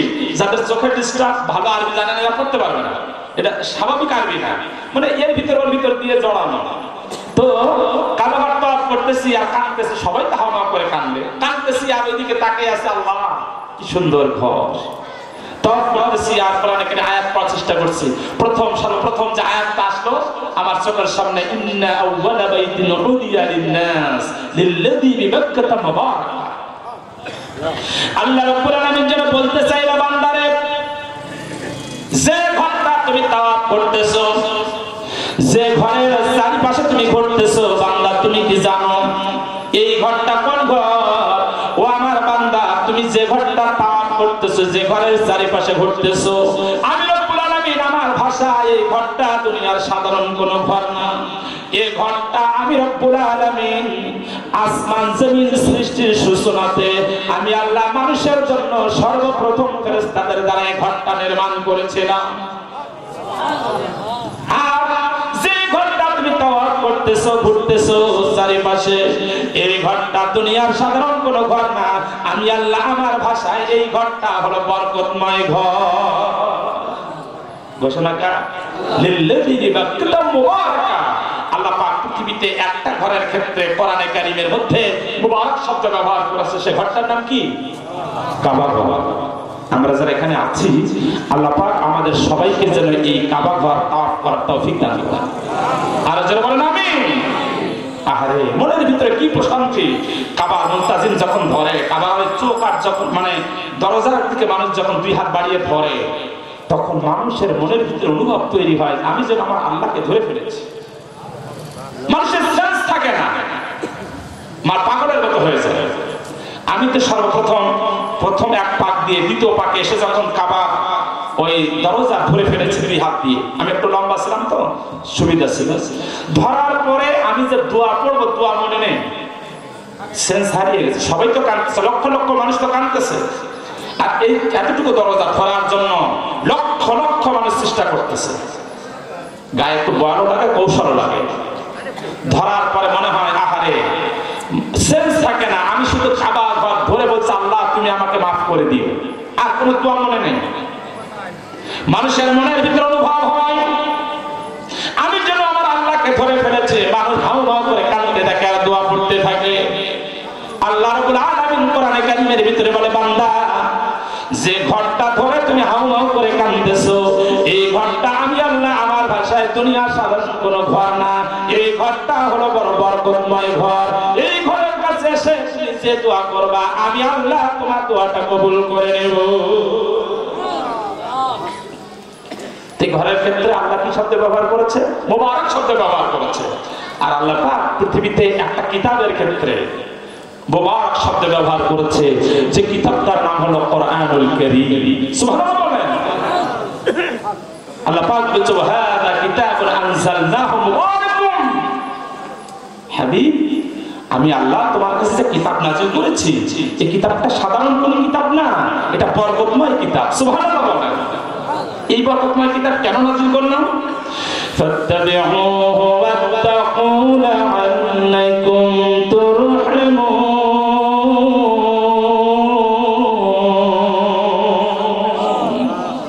আল্লাহ পাক বলেন, হাবিব, বরকতময় কিতাবটা আমি আল্লাহ তোমার কাছে নাযিল করলাম, তার কারণ হলো এই বরকতময় কিতাবের বিধিনিষেধ অনুযায়ী মানুষ যদি চলতে পারে, তার মানে কোরআনের বিধিনিষেধ অনুযায়ী মানুষ যদি জীবন গঠন করতে পারে, চলতে পারে, আমি আল্লাহ আমার ওয়াদা হলো তখন ওরা আমার পক্ষ থেকে রহমত প্রাপ্ত হয়ে যাবে, ওরা তখন শান্তিতে থাকতে পারবে। তাহলে কোরআনের পথে চললে, কোরআনের কথা মানলে, কোরআনের কথা শুনলে পরে মানুষ রহমত প্রাপ্ত হবে। আল্লাহর পক্ষ থেকে এই ওয়াদাটা মানুষ করেছে না আল্লাহ করেছে? যারা বলেন কে করেছে? এক নাম্বার রহমত হবে কোরআনের পথে চললে, কোরআনের কথা মানলে ওই কোরআন শোনা মানুষের জীবনের গুনাহগুলিকে মাফ করে দিবে। যারা বলেন ভাই, আমরা এখানে এসেছি গুনাহ মাফের জন্য, তাই না? যে আল্লাহ কথা শুনবো, শুনলে আল্লাহ আমাদের গুনাহগুলো মাফ করে দিবে, সেই কথা অনুযায়ী আমল করবে জন্য আল্লাহ গুনাহ মাফ করে দিবে, এই আশা নিয়েই তো কোরআনের মাহফিলে বসে নাকি? আল্লাহ পাক এই আশা, মানুষের অন্তরে যে আশা, এটা আল্লাহ জানে না? এজন্য আল্লাহ পাক বলে, বান্দারে তুমি যখন নিজের গুনাহর কথা মনে করে, নিজের গুনাহর কথাগুলো অনুভব করে যখন তওবা করে কোরআনের আলোচনাগুলো শুনতে থাকো, আমি রব্বুল আলামিন তোমার জীবনের গুনাহগুলো তখন বেশি বেশি মাফ করতে থাকি। ফাগফির লিল্লাযীনা তাবু لكم واتبعوا سبيلك وقهم عذاب الجحيم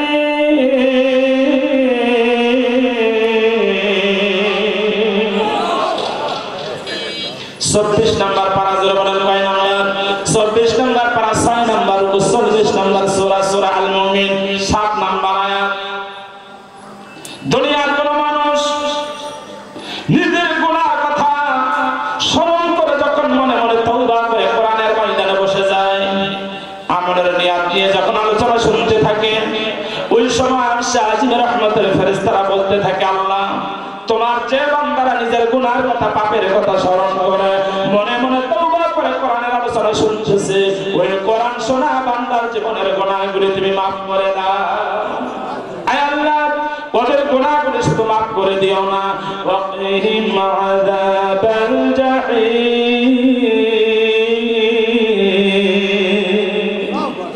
আয় আল্লাহ ওদের গুনাহগুলো শুধু maaf করে দিও না আয় আল্লাহ যে জান্নাতকে না দেখে জান্নাত পাওয়ার আশায় যে জাহান্নামকে না দেখে জাহান্নামের ভয়ে কোরআনের আলোচনা শুনতেছে ওই কোরআন শোনা বান্দার জন্য জাহান্নামের আগুন তুমি হারাম করে দাও পৃথিবীতে এমন কোন বক্তব্য আছে যে বক্তব্য শুনলে আল্লাহ গুনাহ maaf করে কিন্তু কোরআনের বক্তব্য শুনলে গুনাহকে maaf করে আয়াতে কারিমা আলোচনা হলেন রাসূল করিম সাল্লাল্লাহু আলাইহি ওয়াসাল্লাম দীর্ঘ সময় এই আয়াতটা নাযিল হওয়ার পরে আল্লাহ রাসূল মনে খুব খুশি সাহাবীদের সামনে মন খুলে এই আয়াতের আলোচনা করছে সুবহানাল্লাহ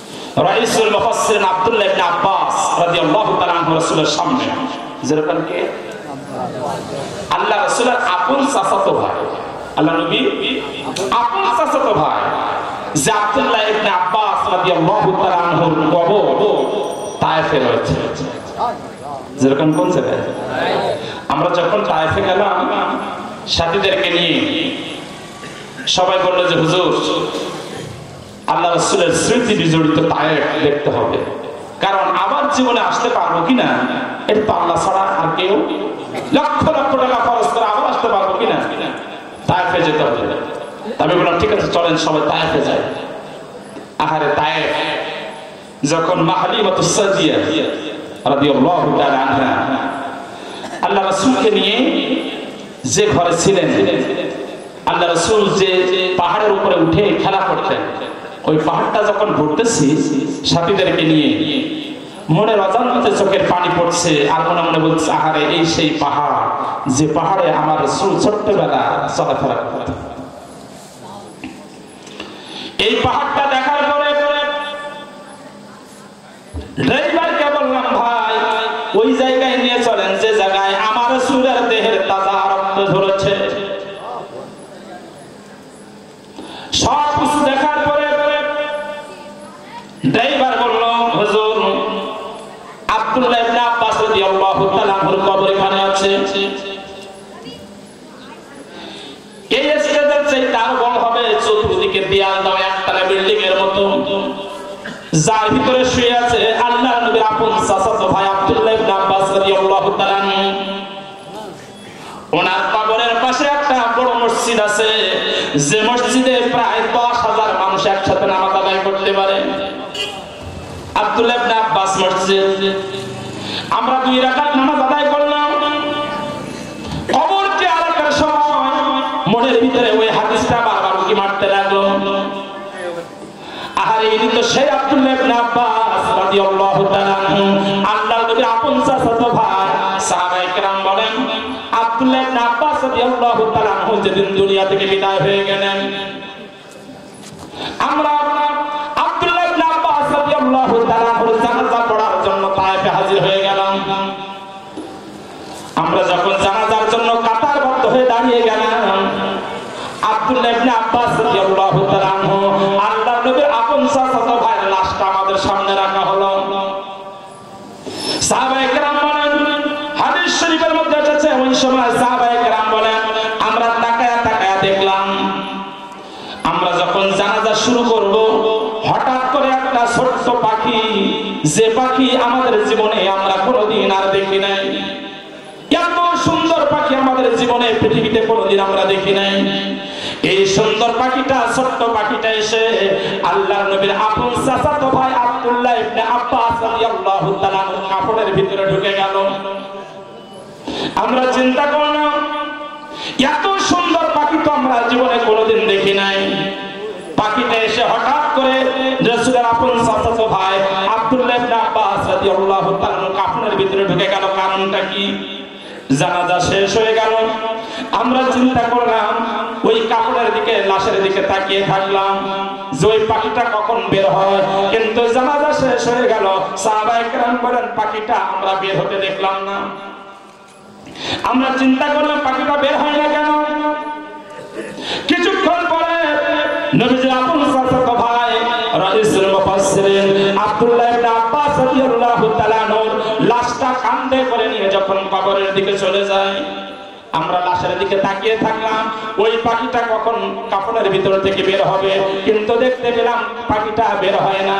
আমরা যখন আব্দুল্লাহ ইবনে আব্বাস রাদিয়াল্লাহু তাআলা নূর লাশটা কবরের ভিতরে শোয়া দিলাম, কবরের ভিতরে শুয়ে দেওয়ার পরে আমরা যখন কবরের উপরে পাথর চাপা দিয়ে মাটি দিয়ে যখন পিঠ ফেরন দিয়ে চলে আসে, তখনও পাখিটা তার কাফন থেকে বের হয় নাই। আমরা চিন্তা করলাম পাখিটা গেল কোথায়, বের হলো না। এমন সময় আমরা যখন পিঠ ফেরন দিয়ে চলে আসে, হঠাৎ করে আমরা শুনতে পেলাম, কানে আওয়াজ আসলো। সব সাহাবীরা শুনতে পেল কে যেন মধুর সুরে তেলাওয়াত করছে, ইয়া আইয়াতুহান নাফসুল মুতমাইন্না ইরজি'i ইলা রাব্বিকা রাদিয়াতাম মারদিয়্যা ফাদখুলি ফি ইবাদি ওয়াদখুলি জান্নাতি। আমার বন্ধুরা, নবীজি আপন চাচাতো ভাই রাসূলের সামনে বসা, আয়াতে কারিমা নাযিল হলো, রাসূলের মনটা আনন্দে ভরা। কারণ আল্লাহ পাক বলছে বান্দা যখন কোরআনের আলোচনা শুনে গুনাহকে মাফ করে দেয়। আলোচনা শেষ হয়ে গেল, নবীজি ঘরের ভিতরে প্রবেশ করলেন। দুরূদ পড়ে আল্লাহুম্মা